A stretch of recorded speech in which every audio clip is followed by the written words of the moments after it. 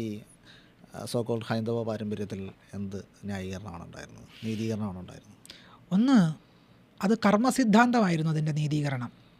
കർമ്മസിദ്ധാന്തത്തിലൂടെയാണ് ഇവരൊക്കെ തന്നെ ഈ പറയുന്ന അടിത്തട്ട് ജനതയ്ക്ക്, പിന്നോക്ക ജനതയ്ക്ക്, ദളിത സമുദായങ്ങൾക്ക് നീതി നിഷേധിച്ചത്, ബ്രാഹ്മണ്യം നീതി നിഷേധിച്ചത് കർമ്മ പുനർജന്മ സങ്കല്പത്തിലൂടെയായിരുന്നു.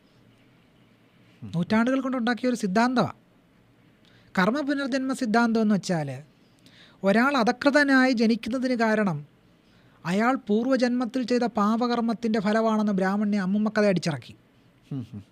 ഇതാണ് ഗീതയിൽ പറയുന്ന കർമ്മസിദ്ധാന്തം, ഇതിഹാസ പുരാണങ്ങളിൽ പറയുന്ന കർമ്മസിദ്ധാന്തം, രാമായണത്തിലും ഒക്കെ തന്നെ ഈ കർമ്മസിദ്ധാന്തമുണ്ട്.